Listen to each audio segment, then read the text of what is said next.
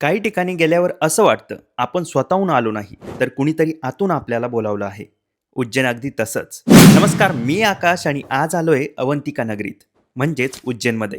इथल्या वातावरणाने आणि भक्तीच्या स्पंदनाने पहिल्या क्षणात मनाला शांत केले. सकाळी दर्शनाची लाईन भक्तांनी गच्च भरलेली होती. हळूहळू पुढे जात शेवटी पोहोचलो महाकालाच्या गाभाऱ्यासमोर. आणि स्वतःला भाग्यमान म्हणावं असं एक्झॅक्ट आरतीच्या क्षणी गाभाऱ्यासमोर उभा राहिलो. तो क्षण शब्दात मावणार नाही.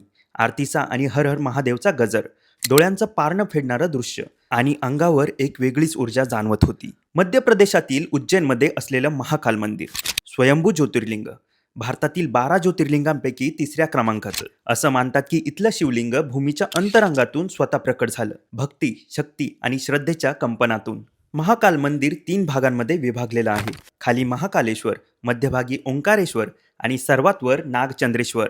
सर्वात वरची शिवमूर्ती नागचंद्रेश्वर वर्षातून फक्त नागपंचमीच्या दिवशी दर्शन देते. एकेकाळी अवंतिका नगरीवर सम्राट विक्रमादित्य राज्य करत होते आणि लोककथेनुसार अवंतिकेत रात्री तोच राहू शकतो जो विक्रमादित्य इतकाच न्यायी असेल. आजही अनेक नेता आमदार उज्जैनमध्ये रात्री थांबत नाही. त्या कथेला अजूनच वजन मिळालंय. महाकालाचे दर्शन म्हणजे फक्त डोळ्यांनी पाहणं नाही, ती एक एनर्जी आहे जी शरीरापासून थेट आत्म्यापर्यंत जाते.